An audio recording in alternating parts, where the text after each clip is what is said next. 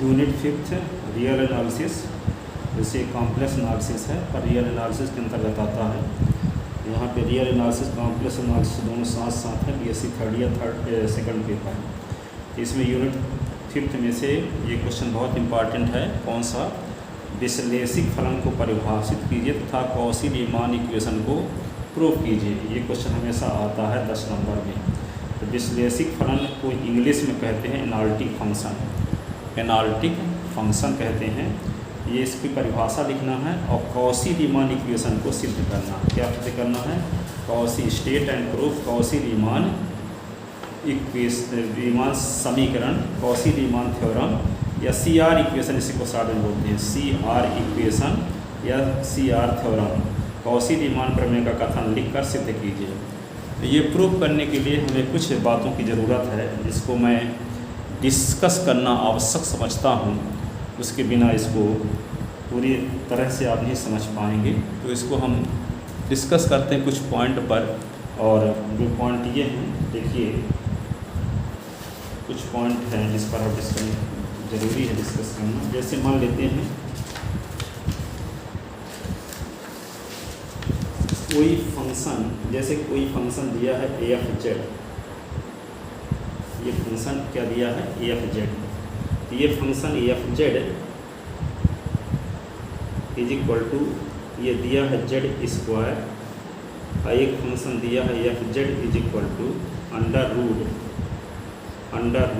Z। दो फंक्शन लेते हैं। एक फंक्शन है FZ is equal to Z square और एक है FZ is equal to root Z। ठीक है।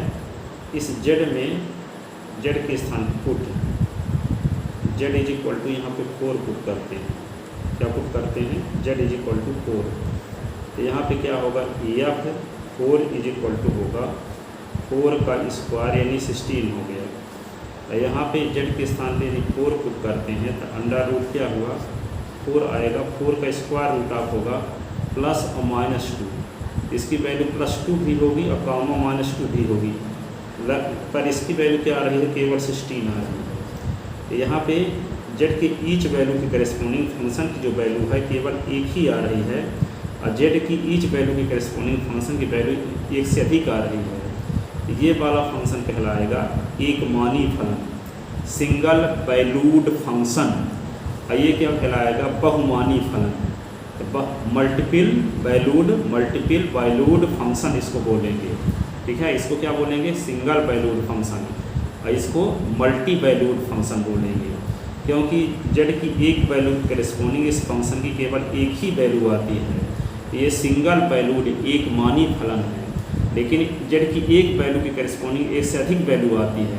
इसको क्या बोलते हैं? मल्टी वैल्यूड फंक्शन या बहुल फलन। ठीक है। या बहुमानी फलन कहते हैं। ठीक है। ये पॉइंट की ज़रूरत थी। दूसरा पॉइंट ये ज़रूरी है आपको जानना, यदि कोई फंक्शन f(x) है, FZ इज इक्वल टू इस प्रकार का है। मान लेते हैं कि Z स्क्वायर। अब इसमें Z के स्थान पे ऐसी कोई वैल्यू रखें, Z के स्थान पे मान लो रखते हैं 2, तो 2 का स्क्वायर क्या होगा? 4। तो यहाँ पे Z की पावर यहाँ तो 2 होल नंबर है। ये क्या है? पॉलिनोमियल फंक्शन कहलाएगा, बहुपदी फलन कहलाएगा। यहाँ या इस Z के स्थान पे हम कोई भी रियल नंबर रखेंगे, इसकी वैल्यू क्या आएगी? फाइनाइट नंबर आएगी। लेकिन यदि यहाँ पे FZ इज इक्वल टू इस प्रकार आ जाए तो 1 मान लेते हैं क्या? Z-3। और एक इंटरवल दिया हुआ है, मान लो एक इंटरवल दिया है 1 से 4, क्लोज इंटरवल 1, 4। तो इस इंटरवल में एक पॉइंट ऐसा है Z इज इक्वल टू 3। तो Z इज इक्वल टू 3 इसमें रख देंगे। तो यहाँ पे FZ इज इक्वल टू यहाँ पे 1/3 - 3 हो जाएगा। तो 1/0 ये इन्फिनिटी आ जाएगा। इसका मतलब Z की वैल्यू यहाँ पे 0 रखने से इसकी वैल्यू इन्फिनिटी हो रही है। तो ये फंक्शन की वैल्यू इन्फिनिटी इस इंटरवल में ऐसा पॉइंट एक ठो है Z=3, जिसको फंक्शन में रख देते हैं तब फंक्शन की वैल्यू इन्फिनिटी हो जाती है। तो हम ये कहेंगे कि ये फंक्शन इस इंटरवल में कॉन्टिन्यूअस नहीं है। लेकिन ये वाला फंक्शन क्या है? 1 से 4 में कॉन्टिन्यूअस है, क्योंकि 1 से 4 के बीच कोई भी पॉइंट इसमें रखेंगे इसकी वैल्यू किसी हालत में इन्फिनिटी नहीं आएगी। ठीक है। तो कोई फंक्शन किसी दिए गए इंटरवल में कॉन्टिन्यूअस कब कहलाता है, सतत कब कहलाता है, जब उस इंटरवल के अंतर्गत आने वाले प्रत्येक बिंदु पर फंक्शन की वैल्यू क्या हो, परिमित संख्या में हो, इन्फिनिटी और माइनस इन्फिनिटी ना हो। और कोई फंक्शन किसी दिए गए इंटरवल में डिफरेंस क्या होगा, सतत नहीं होगा कब, यदि उस इंटरवल के अंतर्गत आने वाले एक भी ऐसा बिंदु मिल जाता है जिस बिंदु को रखने से फलन की वैल्यू क्या हो जाती है, इन्फिनिटी हो जाती है, तब हम कहेंगे कि वो फंक्शन उस इंटरवल में सतत नहीं है, उस इंटरवल में क्या है, सतत नहीं है। ठीक है। अब यहाँ पे जैसे कोई फंक्शन है इस प्रकार का F Z is equal to यहाँ पे लिखा है जेड स्क्वायर। ठीक है। और इसका डिफरेंशियल यदि हम कर देंगे एफ डैश जेड, तो डिफरेंशियल करने से क्या आएगा, यहाँ 2z आ गया। लेकिन यहाँ पे मान लो f Z is equal to ऐसे आ गया, अंडर रूट है जेड माइनस 3। ठीक है। तो इसका यदि हम डिफरेंशियल करेंगे तो F dash Z is equal to क्या होगा, d/3z, और इसको लिखेंगे जेड माइनस 3 की पावर 1/2, इसको लिख देंगे 1/2 और जेड माइनस 3 की पावर 1/2 माइनस 1। ठीक है। तो 1/2 ये क्या होगा, जेड माइनस 3 की पावर माइनस 1/2, इसको क्या लिख सकते हैं, और 1/2 और ये निगेटिव पार्ट 1/जेड माइनस 3 की पावर 1/2, ये 1 क्या होगा 2 अंडर रूट जेड माइनस 3। ये किसकी वैल्यू आ गई, एफ डैश जेड, किसकी वैल्यू आ गई, एफ डैश जेड। ठीक है। अब यहाँ पे देखते हैं, यहाँ भी एक इंटरवल लेते हैं, यहाँ पे एफ डैश जेड की वैल्यू क्या है, यहाँ भी एफ डैश जेड की वैल्यू आई है 2z। एक इंटरवल यहाँ लेते हैं 1/4 और एक इंटरवल यहाँ भी लेते हैं 1/4। अब 1/4 में ऐसा कोई पॉइंट इसमें जेड के स्थान पे रखोगे तो इस इंटरवल का कोई भी पॉइंट जेड के स्थान पे रखेंगे तो इस फंक्शन की डिफरेंशियल की वैल्यू क्या रहेगी, फाइनाइट ही रहेगी। कोई भी वैल्यू रखेंगे, जैसे 2 रख देंगे तो 2 2 जा 4, 3 रख देंगे 2 3 जा 6, 4 रख देंगे 8। तो इस इंटरवल का कोई भी पॉइंट जेड के स्थान पे रखेंगे यहाँ, तो इसके डिफरेंशियल की वैल्यू क्या रहेगी, फाइनाइट नंबर रहेगी, इन्फिनिटी या माइनस इन्फिनिटी नहीं आएगा। लेकिन यहाँ पे देखते हैं कि 1/4 के बीच में z इज इक्वल टू 3 ऐसा पॉइंट है कि इस पॉइंट को इस फंक्शन के डिफरेंशियल में जब रखते हैं, जैसे यहाँ पे रख दिए क्या 3, तो 3 जब रख देंगे तो 1/2 इंटू क्या होगा 3 माइनस 3, तो 1/0 इज इक्वल टू इन्फिनिटी आ गया। तो हम ये कहेंगे कि जब इस फंक्शन के डिफरेंशियल की वैल्यू इस इंटरवल के अंतर्गत आने वाले प्रत्येक बिंदु पर फाइनाइट नहीं आती, किसी पॉइंट पर इन्फिनिटी माइनस इन्फिनिटी भी आता है, ऐसी कंडीशन में हम ये कहेंगे कि ये वाला जो फंक्शन एफ जेड है, ये वाला फंक्शन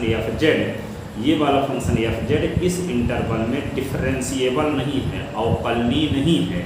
अवकलनीय कब होगा, जब दिए गए फंक्शन के अवकलन की वैल्यू दिए गए इंटरवल के अंतर्गत आने वाले प्रत्येक बिंदु पर परिमित संख्या में मान प्राप्त होता, इन्फिनिटी या माइनस इन्फिनिटी आने का चांस ना रहता, तब हम उस फंक्शन को कहते कि वे उस इंटरवल में क्या है, डिफरेंशिएबल है। ठीक है ना, क्या है, डिफरेंशिएबल है। ठीक है। ये शब्द डिफरेंशिएबल का यूज होगा। ठीक है। अब कोई फंक्शन किसी पॉइंट पर डिफरेंशिएबल है और फिर उसके सामीप्य, यहाँ पे देखो जैसे मान लो कोई एक पॉइंट लेते हैं हम, एक है 0 और 0 एक पॉइंट है, तो कोई कहे कि 0 0 का पड़ोसी बिंदु क्या होगा, तो 0 0 का पड़ोसी बिंदु में क्या करेंगे, 0 में बहुत छोटी राशि जोड़ दिए, क्या जोड़ दिए 1 बटे मान लो 10,000 या 1 लाख। ठीक है, 10,000। इस 0 में भी 1 बटे क्या कर दिए 10,000। 10,000 के स्थान पर बहुत बड़ी संख्या भी यूज कर सकते हैं, तो बहुत छोटी राशि जोड़ दिए, तो ये पॉइंट कहलाएगा इस पॉइंट का पड़ोसी बिंदु। ठीक है, इसी को हम बोलते हैं इस पॉइंट का ये क्या हुआ, नेबरहुड पॉइंट। क्या हुआ, नेबरहुड पॉइंट, पड़ोसी बिंदु, सामीप्य बिंदु, तो सामीप्य बिंदु। ठीक है, तो जैसे कोई पॉइंट है, एक पॉइंट है O 0, तो 0 एक बहुत छोटी राशि हम ले लेते हैं, यहाँ पे क्या बहुत छोटी राशि ले लिए, क्या एप्सिलॉन, 0 को सेंटर मानकर एप्सिलॉन को रेडियस मानकर, यह है बहुत छोटी राशि, हम समझने के लिए इतना बड़ा माने हैं। ठीक है, तो यहाँ पे 0 को सेंटर मानकर और एप्सिलॉन को रेडियस मानकर एक स्फीयर बना देते हैं इस प्रकार का। तो यहाँ पे इसके अंदर जितने पॉइंट होंगे, जिन पॉइंट की सेंटर ओ से डिस्टेंस एप्सिलॉन से कम होगी, तो ये इस ओ पॉइंट के क्या कहलाएंगे, पड़ोसी। जैसे आपसे पूछा जाएगा आपका पड़ोसी कौन है, तो आप ये कहोगे कि मेरे घर से जिनकी दूरी 100 मीटर या 200 मीटर हो, उस एरिया के अंतर्गत आने वाले सभी घर आपके क्या कहलाते हैं, पड़ोसी। तो जिनकी डिस्टेंस, ये नहीं कि आपके घर से जिनकी दूरी 1500 किलोमीटर है वो पड़ोसी कहलाएंगे, ठीक है। तो यहाँ पे क्या है, तो यहाँ पे जैसे एक कोई बिंदु है ओ, बिंदु ओ से जिसकी वे सभी पॉइंट का कलेक्शन जिन पॉइंट की सेंटर ओ से डिस्टेंस एप्सिलॉन से कम हो, वे सब कहलाएंगे ओ के पड़ोसी, जिसको हम नेबरहुड या प्रतिवेश या सामीप्य भी कहते हैं, ठीक है। तो 0 0 का पड़ोसी बिंदु मान लीजिए ये हुआ। यदि कोई फंक्शन एफ जेड है, कोई फंक्शन क्या है, एफ जेड है, ठीक है, वे इस प्रकार का हो, U X Y plus iota V S Y के रूप का हो, इस टाइप का कोई फंक्शन हो, इसको हम क्या बोलते हैं, सम्मिश्र फलन, कॉम्प्लेक्स फंक्शन बोलते हैं। जैसे कॉम्प्लेक्स फंक्शन कैसे लिख सकते हैं, किस प्रकार से फंक्शन रहता है, जैसे F Z is equal to हम लेते हैं, F Z is equal to क्या है, 1/z। तो जेड का मान लिखा जाता है एस प्लस आयोटा वाई, समिश्र संख्या है। तो एफ जेड को क्या लिख देंगे यहाँ पे, 1/x प्लस आयोटा वाई। तो यहाँ पे आप लोग 11वीं क्लास में क्या करते थे, जब अपान में आयोटा वाला पद आता था तो उसके संयुग्मी का ऊपर नीचे गुणा कर दिया करते थे। तो F Z is equal to हम क्या करेंगे, 1/ उसके कॉन्जुगेट का, संयुग्मी को हिंदी में इंग्लिश में कॉन्जुगेट कहते हैं। तो एस प्लस आयोटा वाई है, तो हम इसका गुणा कर दिए किसका, एक्स माइनस आयोटा वाई का ऊपर नीचे। तो एक्स माइनस आयोटा वाई का जब गुणा करेंगे तो F Z is equal to क्या आएगा, यहाँ पे X minus iota Y upon ए प्लस बी, ए माइनस बी तो क्या होगा, एक्स का square minus iota square Y square, ऐसे आ गया। तो F Z is equal to हम क्या लिख देंगे इसी को, X minus iota Y upon, ये हो गया X square plus iota square की वैल्यू -1 होती है तो बाई स्क्वायर। इसी को हम क्या लिख देते हैं, एक्स के अपान में X square plus Y square minus है बाई के अपान में X square plus Y square, ये क्या हुआ, आयोटा। तो यहाँ पे क्या लिखेंगे, F Z is equal to, यहाँ आ गया, ये भी क्या है, एस वाई का फंक्शन है, ये भी एस वाई का फंक्शन है, इसका वास्तविक भाग भी एस वाई का फंक्शन है, यानी यू एक्स वाई। यहाँ पे क्या लिख दिए, माइनस आयोटा और भी एस वाई, ठीक है। तो इस टाइप का जो फंक्शन हुआ, या प्लस लिख दिए यहाँ पे, तो ये माइनस क्या है, एस वाई का फंक्शन, ये भी एस वाई का फंक्शन है। तो जो function F Z is equal to U S Y plus iota भी एस वाई टाइप का होता है, उसको हम क्या बोलते हैं, कॉम्प्लेक्स फंक्शन बोलते हैं। क्या बोलते हैं, कॉम्प्लेक्स फंक्शन बोलते हैं, ठीक है। अब कॉम्प्लेक्स फंक्शन में तो ये कहलाएगा कॉम्प्लेक्स फंक्शन का रियल पार्ट, और ये कहलाएगा कॉम्प्लेक्स फंक्शन का इमेजिनरी पार्ट है। कॉम्प्लेक्स फंक्शन क्या कहलाएगा, ये रियल पार्ट, और ये कॉम्प्लेक्स फंक्शन का इमेजिनरी पार्ट है, ठीक है। अब यहाँ पे यू एस वाई की वैल्यू क्या है, यहाँ क्या है, यू एस वाई की जो वैल्यू है किसके बराबर है, यहाँ ये है x upon x square plus Y square, और यहाँ पे भी एस वाई की वैल्यू किसके बराबर है, minus by upon x square plus Y square, ठीक है। अब हम u का क्या कर दें, u का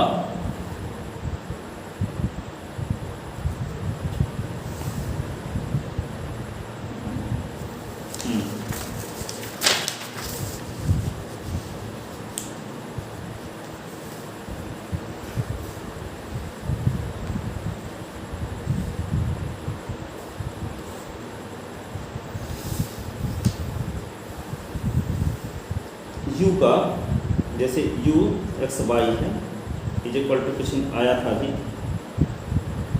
सॉल्व करने से, तो क्या आया था, x upon x square plus Y square, x square plus Y square, और भी x y is equal to क्या आया था, minus y upon x square plus Y square. अब हम क्या करें, del you upon del s, इसका एस के रिस्पेक्ट पार्शियल डिफरेंशियल निकाल लें, फिर del you upon del y निकाल लें, यहाँ से del we upon del s निकाल लें, यहाँ del we upon del y निकाल लें। तो यदि मान लो del you upon del S की जो वैल्यू है किसके बराबर हो जाए, del we upon del Y के बराबर, ये दोनों बराबर हों, और del you upon del y की value minus del we upon del S के बराबर हो, तब हम कहेंगे कि यहाँ पे सी आर इक्वेशन सेटिस्फाई हो रहा है, गॉसी रीमान इक्वेशन संतुष्ट है, कॉची रीमान इक्वेशन संतुष्ट है। ठीक है, तो कोई फंक्शन एफ जेड है और उस एफ जेड से कॉची रीमान इक्वेशन सेटिस्फाई होता है किसी पॉइंट पर। मान लेते हैं कि Z F Z is equal to ये पॉइंट दिया गया है और Z is equal to Z zero पर कॉची रीमान इक्वेशन सेटिस्फाई है, तो हम ये नहीं कह सकते कि Z is equal to Z zero पर दिया गया फंक्शन क्या है, एनालिटिक है। एनालिटिक तभी होगा कि जब जेड जीरो के पड़ोसी के बिंदुओं, जेड पड़ोसी वाले आजू बाजू आसपास वाले बिंदु पर भी सी आर इक्वेशन क्या होना चाहिए, सेटिस्फाई होना चाहिए। तभी हम कहेंगे कि ये फंक्शन एफ जेड क्या है, Z is equal to Z zero पर एनालिटिक है या विश्लेषिक है। तो कोई फंक्शन एफ जेड क्या होना चाहिए, वे सिंगल वैल्यूड होना चाहिए और किसी पॉइंट पर यदि सी आर इक्वेशन सेटिस्फाई करता है तो उस पॉइंट पर हम निश्चित रूप से ये नहीं कह सकते कि वो फंक्शन दिया गया फंक्शन उस पॉइंट पर एनालिटिक होगा, विश्लेषिक होगा। हो भी सकता है, नहीं भी हो सकता। ठीक है, कब होगा, निश्चित रूप से जब Z is equal to Z zero पर del you upon del S का मान del we upon del Y के बराबर हो और del you upon del Y का मान del we upon del S के बराबर हो। अब मान लेते हैं कि जेड बराबर कोई पॉइंट है 0 0 ऐसे, तो इसका जो पड़ोसी बिंदु क्या होगा, जीरो में बहुत छोटी राशि जोड़ देंगे, जैसे 1/10,000 अभी लिए थे। ठीक है, और यहाँ पे जीरो में भी 1/10,000 जोड़ दिए। ठीक है, तो ये क्या हो गया, 0 0 का पड़ोसी बिंदु हुआ। तो 0 0 पर हम मान निकालते हैं del you upon del S का मान del we upon del Y के बराबर आता है। Del you upon del Y का मान minus del we upon del S के बराबर आता है, लेकिन इसका कोई पड़ोसी बिंदु लेते हैं 0 0 का, तो 0 0 के पड़ोसी के बिंदु पर यानी इसके सामीप्य पर, इसके प्रतिवेश में यदि हम इसका मान निकालते हैं del you upon del S का मान del we upon del Y का मान, दोनों बराबर नहीं रहते। ठीक है, जब सामीप्य पर भी क्या होना चाहिए फंक्शन, यहाँ सी आर इक्वेशन सेटिस्फाई होना चाहिए, तभी हम कह पाएंगे कि ये फंक्शन एफ जेड जो है Z is equal to zero पर क्या है, विश्लेषिक है, एनालिटिक है। तो कोई फंक्शन एफ जेड किसी point Z is equal to Z zero पर एनालिटिक कब होता है, जब Z is equal to Z zero पर वो फंक्शन क्या हो, अवकलनीय हो और जेड बराबर जेड जीरो के सामीप्य यानी पड़ोसियों, जेड बराबर जेड जीरो के आसपास के बिंदुओं पर भी क्या हो, फंक्शन अवकलनीय हो, डिफरेंशिएबल हो। ऐसी कंडीशन में हम कहेंगे कि वह complex function F Z is equal to Z zero पर क्या है, विश्लेषिक है, एनालिटिक है। विश्लेषिक को इंग्लिश में क्या बोलते हैं, एनालिटिक है। ठीक है, और वो फंक्शन क्या होना चाहिए, सिंगल वैल्यूड फंक्शन होना चाहिए, अर्थात जेड की ईच वैल्यू की करेस्पॉन्डिंग फंक्शन की जो वैल्यू होनी चाहिए सिंगल आनी चाहिए, एक से अधिक वैल्यू नहीं आनी चाहिए, जैसे पहले बता चुके हैं। तो वह फंक्शन एफ जेड क्या होना चाहिए, कॉम्प्लेक्स फंक्शन होना चाहिए, सिंगल वैल्यूड होना चाहिए और किसी पॉइंट पर भी फंक्शन, किसी पॉइंट पर, जैसे मान ले कोई फंक्शन एफ जेड है, ये z is equal to zero पर, z is equal to Z zero पर ये फंक्शन क्या है, डिफरेंशिएबल है, यानी डिफरेंशियल की वैल्यू फाइनाइट और यूनिक नंबर आती है। ठीक है, और इसके पड़ोसियों के बिंदु पर भी फंक्शन डिफरेंशिएबल है, जेड बराबर जेड जीरो के आजू बाजू या आसपास के बिंदुओं पर भी फंक्शन के डिफरेंशियल की वैल्यू फाइनाइट और यूनिक नंबर आती है। तभी हम ये कह पाएंगे कि ये फंक्शन एफ जेड क्या है, Z is equal to Z zero पर एनालिटिक या विश्लेषिक फलन है और ये जेड बराबर जेड जीरो इस फंक्शन का क्या कहलाता है, नियमित बिंदु कहलाता है, रेगुलर पॉइंट कहलाता है। ठीक है, तो एफ जेड कोई फंक्शन है, एफ जेड क्या है, कोई कॉम्प्लेक्स फंक्शन है। तो एफ जेड एक कॉम्प्लेक्स फंक्शन है तो किस टाइप का होगा, U S Y plus iota V S Y type का होगा। और ये फंक्शन ये जेड बराबर जेड जीरो पर, जेड बराबर जेड जीरो पर एनालिटिक या विश्लेषिक फलन कब कहलाएगा, जब जेड बराबर जेड जीरो पर ये फंक्शन अवकलनीय हो, क्या हो, अवकलनीय हो, डिफरेंशिएबल हो और जेड बराबर जेड जीरो के सामीप्य या प्रतिवेश या जेड बराबर जेड जीरो के पड़ोसियों के बिंदु पर भी फंक्शन एफ जेड क्या हो, अवकलनीय हो। ऐसी कंडीशन में हम ये कहेंगे कि ये कॉम्प्लेक्स फंक्शन एफ जेड जो सिंगल वैल्यूड है, पहले से क्या है, सिंगल वैल्यूड है और डिफरेंशिएबल भी है जेड बराबर जेड जीरो पर और जेड बराबर जेड जीरो के पड़ोसियों के बिंदुओं पर भी क्या ये फंक्शन क्या है, डिफरेंशिएबल है। ऐसी कंडीशन में ये फंक्शन एफ जेड कहलाता है, जेड बराबर जेड जीरो पर विश्लेषिक फलन और ये जेड बराबर जेड जीरो कहलाता है, रेगुलर पॉइंट, नियमित बिंदु कहलाता है, नियमित बिंदु कहलाता है। ठीक है, अब मान लेते हैं कि कोई एक समुच्चय है, इस समुच्चय के हर एक पॉइंट पर कोई फंक्शन एफ जेड क्या है, एनालिटिक है, क्या है, हर एक पॉइंट पर विश्लेषिक है। तब हम ये कहेंगे कि ये फंक्शन एफ जेड क्या है, इस डोमेन डी में, इस क्षेत्र डी में फंक्शन क्या है, एनालिटिक है। तो कोई फंक्शन किसी पॉइंट, किसी क्षेत्र में, किसी डोमेन में, किसी एरिया में एनालिटिक कब होगा, जब उस एरिया के हर एक पॉइंट पर फंक्शन क्या हो, डिफरेंशिएबल होगा। डिफरेंशिएबल की मीनिंग तो समझ ही चुके हो, तो उस पॉइंट पर डिफरेंशियल की वैल्यू का अस्तित्व हो, इन्फिनिटी या माइनस इन्फिनिटी में उसका मान ना आए, ठीक है। और उसके पड़ोसियों के बिंदु पर z बराबर z0 के पड़ोसी, z0 के आसपास भी बहुत सारे पॉइंट होंगे, इन सभी पॉइंट पर भी हम z के डिफरेंशियल की वैल्यू निकालें तो उसका मान फाइनाइट और यूनिक नंबर आना चाहिए, तभी ये function F Z, complex function F Z क्या कहलाएगा, विश्लेषिक।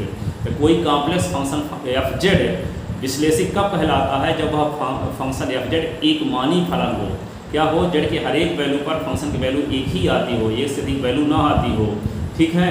और जेड बराबर z0 पर फंक्शन डिफरेंशिएबल हो, ठीक है। और जेड बराबर z0 के पड़ोसियों के बिंदुओं पर भी फंक्शन क्या हो, डिफरेंशिएबल हो। ऐसी कंडीशन में कॉम्प्लेक्स फंक्शन एफ जेड को कहेंगे विश्लेषिक फलन या एनालिटिक फलन, एनालिटिक फंक्शन कहेंगे। और z बराबर z0 क्या कहलाता है, रेगुलर पॉइंट कहलाता है। z बराबर z0 क्या कहलाता है, रेगुलर पॉइंट कहलाता है, ठीक है। आप लोग 12वीं क्लास में ये पढ़े थे फर्स्ट प्रिंसिपल, प्रथम सिद्धांत।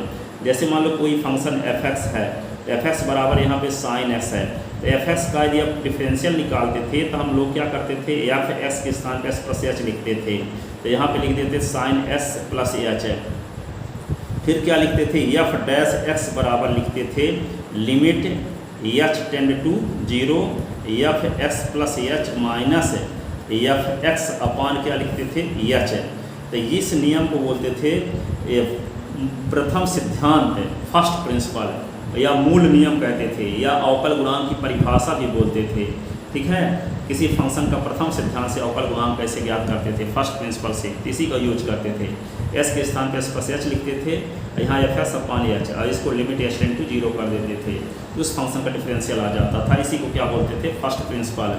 फिर हम लोग क्या किए, बीएससी फर्स्ट ईयर में जब पहुँचे तो बीएससी फर्स्ट ईयर में क्या होता था कि जैसे कोई फंक्शन दिया है u is equal to x square plus Y square, ये एक्स स्क्वायर और एक्स और वाई दो वेरिएबल का फंक्शन आ गया। तो जब हम del you upon del x निकालते थे तो इसको ऐसे लिखते थे limit del x tend to 0, और यहाँ पे लिखते थे क्या, u x plus del x, और यहाँ पे क्या लिखते थे, y minus u x y upon क्या लिख देते थे, डेल एक्स। इसको del you upon del X कहते थे। और del you upon del Y को लिखते थे ऐसे limit del Y tend to 0, और यहाँ पे u, और यहाँ लिखते थे x, ये वाई प्लस डेल वाई, और माइनस क्या लिखते थे, u एक्स वाई ऐसे, और अपान क्या लिख देते थे, डेल वाई। यानी ऐसे हम साफ साफ लिखते हैं थोड़ा सा एक बार कि जैसे del you upon del x निकालना है तो ऐसे लिखते थे limit del x tend to 0 u x plus del x comma लिखते थे y minus u x y upon लिखते थे क्या, डेल एक्स, ठीक है। और यहाँ del u upon del y जब लिखते थे तो क्या लिखते थे, limit del Y tend to 0 u, और यहाँ x में कोई बदलाव नहीं, वाई प्लस डेल वाई, और माइनस क्या लिखते थे, यहाँ पे u एक्स वाई अपान नीचे लिख देते थे क्या, डेल वाई। तो ये del you upon del x है, ये del you upon del Y. तो यहाँ पे एक तरीका ये रहता था कि जैसे मान लेते हैं कि यहाँ पे u इज इक्वल टू आपके पास x square plus Y square है, तो del you upon del x direct जब निकालते थे तो वाई को अचर मानकर एक्स स्क्वायर का इसके डिफरेंशियल कर देते थे, तो एक्स स्क्वायर का डिफरेंशियल 2x है। और del you upon del Y, तो यहाँ पे एक्स स्क्वायर को कांस्टेंट मानते हैं और वाई स्क्वायर का डिफरेंशियल 2y, तो ये आ गया direct del you upon del x, del you upon del Y. अब इसी को डिफिनीशन से ऐसे निकालते हैं, इस फर्स्ट प्रिंसिपल का यूज करके भी हम वैल्यू निकालेंगे। तो जैसे del you upon del x की वैल्यू 2s यहाँ आई है, तो फर्स्ट प्रिंसिपल से निकालेंगे तब भी इसकी वैल्यू 2s आएगी, और इसको फर्स्ट प्रिंसिपल से निकालते हैं तो इसकी वैल्यू क्या आएगी, 2y। तो जब इस तरीके से निकालते हैं इसको हम क्या बोलते हैं, फर्स्ट प्रिंसिपल, ठीक है। और ये पार्शियल डेरिवेटिव की डेफिनेशन भी है, ठीक है। तो इस प्रकार से इसमें शब्दों को पार्शियल डेरिवेटिव को डिफाइन करते हैं। तो इस प्रकार हम विश्लेषिक क्वेश्चन क्या है, जो कि हमेशा आता है 10 नंबर का, विश्लेषिक फलन को परिभाषित कीजिए तथा कॉची-रीमान प्रमेय को प्रमाणित कीजिए, सिद्ध कीजिए। या कि एनालिटिक फंक्शन को डिफाइन करने के लिए आएगा, और कॉची-रीमान इक्वेशन, कॉची-रीमान इक्वेशन को शॉर्ट में हम CR इक्वेशन भी कहते हैं। कॉची-रीमान इक्वेशन, कॉची-रीमान थ्योरम एक ही चीज़ है, CR इक्वेशन उसी को शॉर्ट में बोलते हैं, ठीक है। तो यहाँ अब इसको हम जो बोल गए उसको थोड़ा सा व्यवस्थित लिखते हैं, ठीक है ना। तो यहाँ पे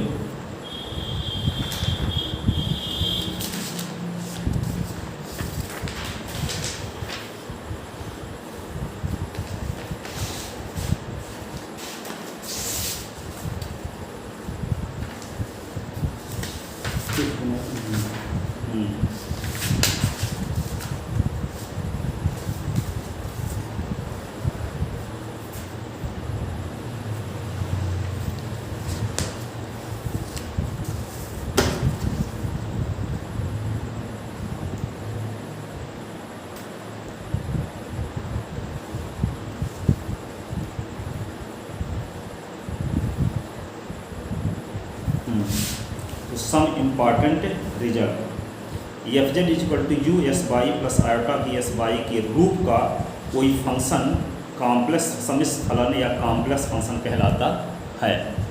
ठीक है, कॉम्प्लेक्स फंक्शन कहलाता है। जैसे क्या है, F Z is equal to z z bar, इसी को हम, या f Z is equal to 1/z, f Z is equal to 1/z को हम क्या लिख सकते हैं, एस प्लस आयोटा वाई, इसके कॉन्जुगेट का ऊपर नीचे मल्टीप्लाई कर दिए, f Z is equal to S minus iota y इस प्रकार से आ गया, जिसको s minus iota Y upon ए प्लस बी, ए माइनस बी तो a square minus b square, x square minus iota square Y square, x minus iota y x square, iota square की value -1, तो minus minus क्या होगा +1 है, यहाँ पे क्या होगा वाई स्क्वायर, तो F Z is equal to S minus iota Y तो अपान ये x square minus minus plus तो वाई स्क्वायर हो गया ये। ठीक है, अब f Z is equal to क्या आ गया, x upon x square plus Y square minus iota Y upon x square plus Y square, तो F Z is equal to U S Y plus iota v है, ये भी S y का function है, ये भी एस वाई का function है, तो U S Y plus iota V S Y के रूप का आ गया। ये क्या कहलाएगा, यहाँ यू एस वाई की वैल्यू क्या है, ये है, और वी एस वाई की वैल्यू ये है। तो इस टाइप का जो फंक्शन होता है उसे हम क्या बोलते हैं, कॉम्प्लेक्स फंक्शन बोलते हैं। क्या बोलते हैं, कॉम्प्लेक्स फंक्शन बोलते हैं। ठीक है, अब यहाँ पे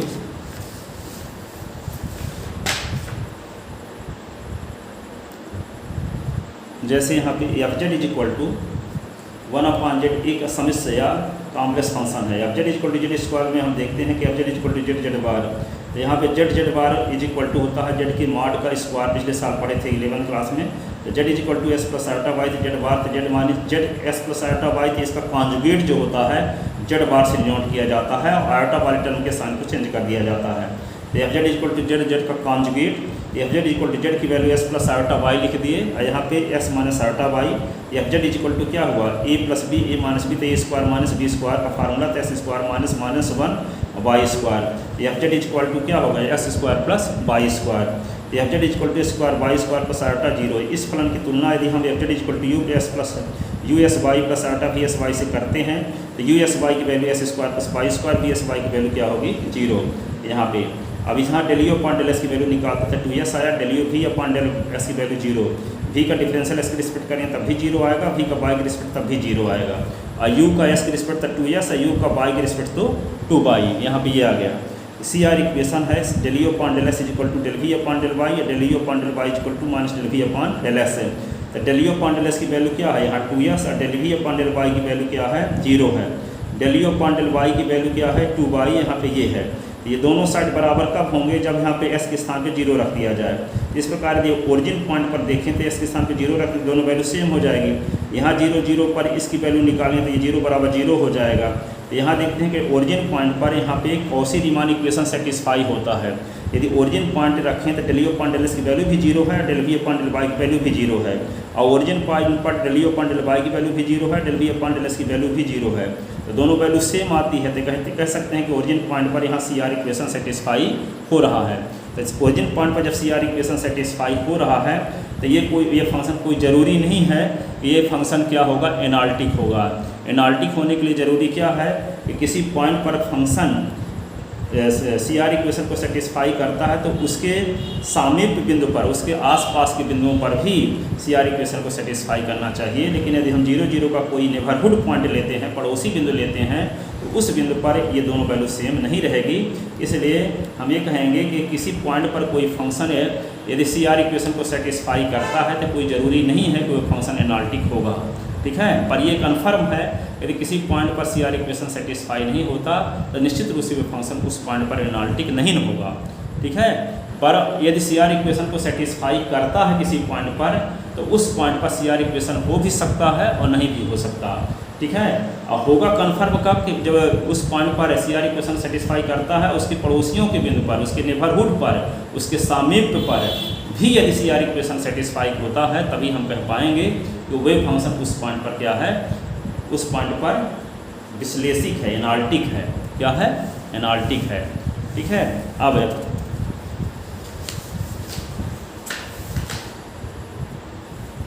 तो मूल बिंदु पर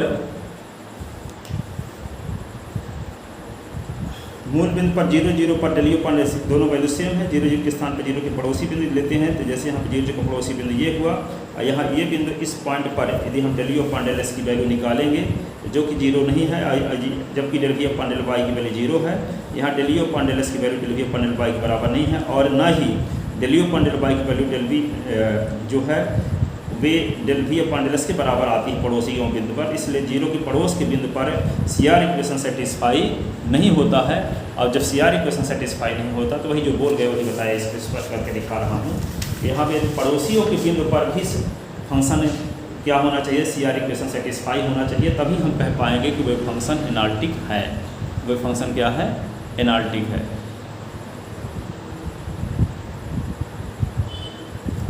ठीक है, अब इसलिए f Z equal to mod of z के स्क्वायर पॉइंट जीरो पर विश्लेषिक नहीं है, अर्थात एनाल्टिक नहीं है। यहाँ पड़ोसी शब्द के लिए सामीप्य या प्रतिवेश शब्द का उपयोग करेंगे। सामीप्य या प्रतिवेश को इंग्लिश में क्या कहते हैं? इंग्लिश में क्या कहेंगे? सामीप्य या प्रतिवेश को कहते हैं नेबरहुड शब्द यूज करते हैं। F Z is equal to z square, z के प्रत्येक बिंदु एफ जेड का एक ही मान प्राप्त होता है। यानी यहाँ पे f Z equal to z square, z के प्रत्येक बिंदु पर एफ जेड का एक ही मान प्राप्त होगा। जैसे यहाँ पे जेड कहने का मतलब ये है कि f Z equal to z square लेते हैं, यहाँ पे जेड का मान कोई भी रखेंगे तो इसका मान एक ही आएगा। लेकिन यदि f Z equal to root of z आ गया, एफ जेड इक्वल टू क्या आ गया? रूट ऑफ जेड आ गया, तो जेड के स्थान पर 4 रखें तो इसका मान प्लस माइनस आएगा, जो समझा चुके। तो जिसका एक ही मान आने का चांस रहता है तो उसको क्या बोलते हैं? Single valued function. और जिसका एक से अधिक मान आने का चांस रहता है एक ही पॉइंट पर तो उसको कहते हैं मल्टी वैल्यूड फंक्शन। ठीक है, बहुमानी फलन कहते हैं। क्या कहते हैं? बहुमानी फलन कहते हैं। ठीक है, अब आता है विश्लेषिक फलन। क्या आता है? विश्लेषिक फलन।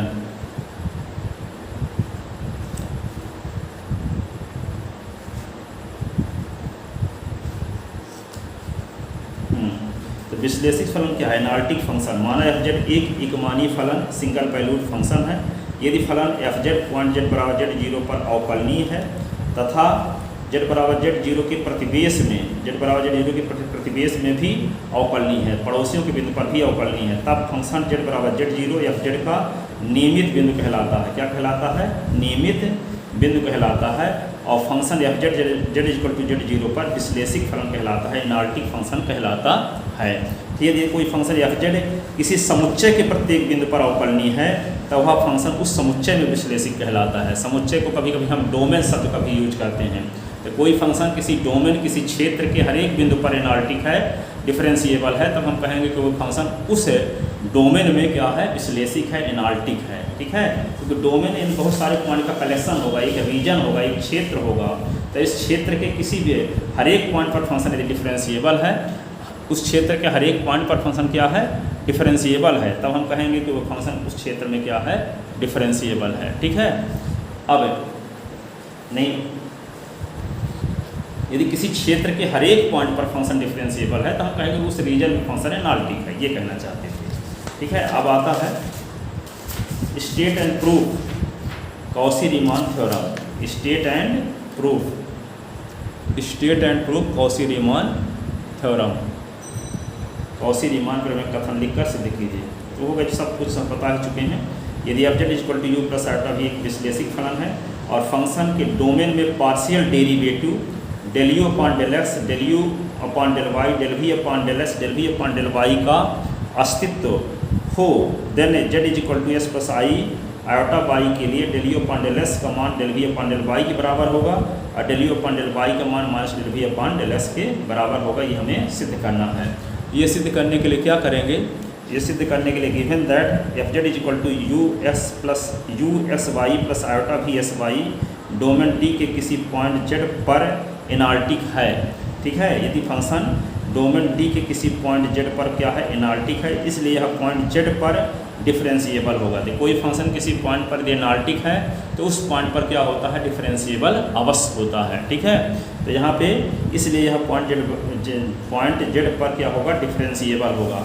जब डिफरेंशिएबल होगा तो ऐसी कंडीशन में डिफरेंशिएबिलिटी की परिभाषा लगा दी है यहाँ पे। तो F dash Z is equal to क्या होगा, f dash Z is equal to limit del z tend to 0 f z plus del z minus f z upon del z. यदि कोई फंक्शन किसी पॉइंट पर डिफरेंशिएबल है, ये condition satisfy होती है, का अस्तित्व होगा और इसकी वैल्यू क्या होगी, यूनिक होगी। इसका अस्तित्व होगा, इसका मतलब परिमित संख्या में इसका मान आएगा और यूनिक मान आएगा। ये नहीं कि दो मान आने के चांस है, इसका मान 55 भी आए -55 भी आए, ऐसा ना हो। इसका मान केवल यूनिक होना चाहिए और इसका अस्तित्व होना चाहिए। ठीक है, तो जेड बराबर एस प्लस आयोटा बाई, तो डेल जेड बराबर क्या होगा, del x plus iota del y. ठीक है, तो यहाँ समीकरण 1 से f dash Z is equal to, इसी को हम क्या लिख सकेंगे, इसी को डेल एस टेन टू 0 और del y ten to 0 u, यहाँ x plus del x Y plus del y, ये कामा लगा हुआ है, minus plus iota we x plus del x और y plus del y minus u S Y plus iota V S y. इस पूरे के upon में क्या है, x plus iota del y. इसके स्थान पे हम क्या लिख दिए, जेड प्लस है, डेल जेड के स्थान पे क्या लिख दिए, यहाँ पे u S plus del x और comma y plus del y, फिर प्लस आयोटा वी, यहाँ पे x plus del x Y plus del y, फिर माइनस, अब यहाँ पे एफ जेड के स्थान पे क्या लिख दिए, एफ जेड के स्थान पे ये लिख दिए u S Y plus iota V S y. क्यों, क्योंकि कॉम्प्लेक्स फंक्शन है, इसी टाइप का होता है, एस वाई का function plus iota V S y का फंक्शन। ठीक है, और यहाँ पे डेल जेड के स्थान पे क्या लिख दिए, del x plus iota del y, del z के स्थान पे क्या लिख दिए, del x plus iota del y. ये इक्वेशन सेकंड हुआ। अब यहाँ पे एफ डैश जेड की वैल्यू ये हुई। अब एक बार हम क्या करेंगे, इसी को थोड़ा सा व्यवस्थित लिखते हैं, इसको और इसको एक साथ लिख दिए और इसको एक साथ, क्योंकि इन दोनों में आयोटा है, इन दोनों में आयोटा नहीं है, तो ये वास्तविक भाग कहलाएगा, ये क्या कहलाएगा, अधिकल्पित भाग। तो इस वाले पद को इसके साथ और इस वाले को इसके साथ लिख दिए। यहाँ पे u S plus del x comma y plus del y minus ये यू एस वाई। ठीक है, फिर आयोटा इसमें वाला ये v x plus del x Y plus del y, और यहाँ पे ये आयोटा दोनों से कॉमन ले लिए तो वी एस वाई बचा यहाँ पे। ठीक है, अब पूरे के बटे में क्या होगा, del x plus iota del y. ठीक है, अब यहाँ पे इसी को लिख लिया इस प्रकार से अलग अलग।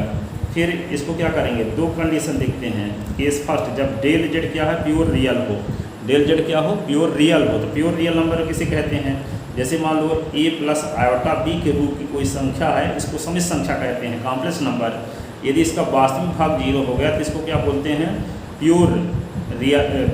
प्योर इमेजिनरी नंबर बोलेंगे। अब इसका इमेजिनरी पार्ट जो होगा, अधिकल्पित भाग शून्य हो गया तो इसको क्या बोलेंगे, प्योर रियल नंबर। तो यदि एफ जेड क्या है, प्योर रियल नंबर, तो इसका मतलब इसका आयोटा वाला पद शून्य होगा। तो यहाँ पर del z equal to del x plus iota del Y, तो del z equal to del x plus iota del, इसका अधिकल्पित भाग को शून्य कर दिए।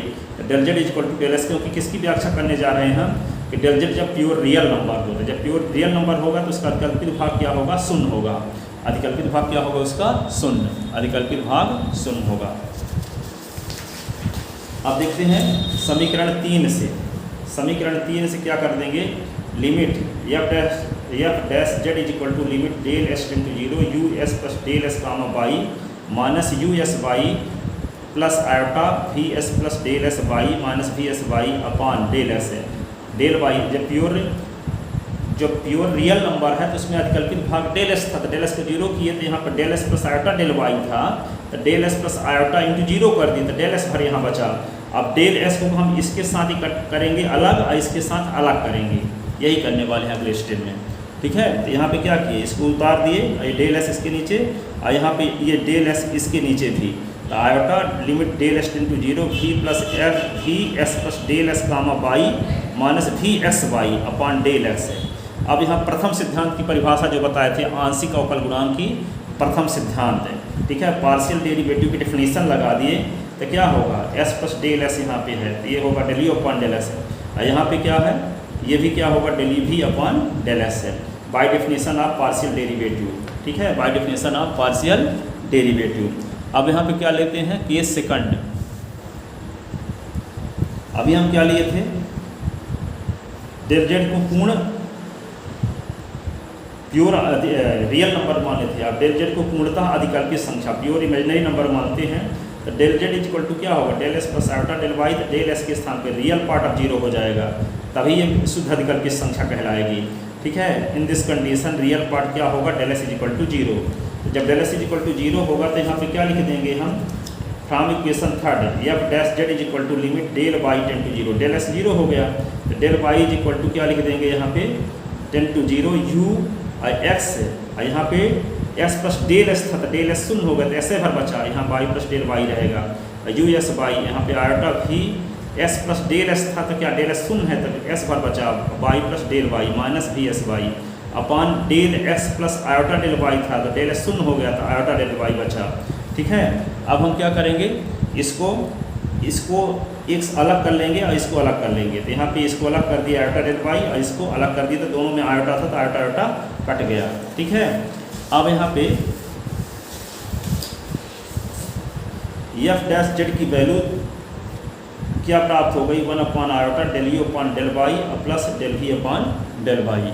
ठीक है, इसकी वैल्यू आ गई है।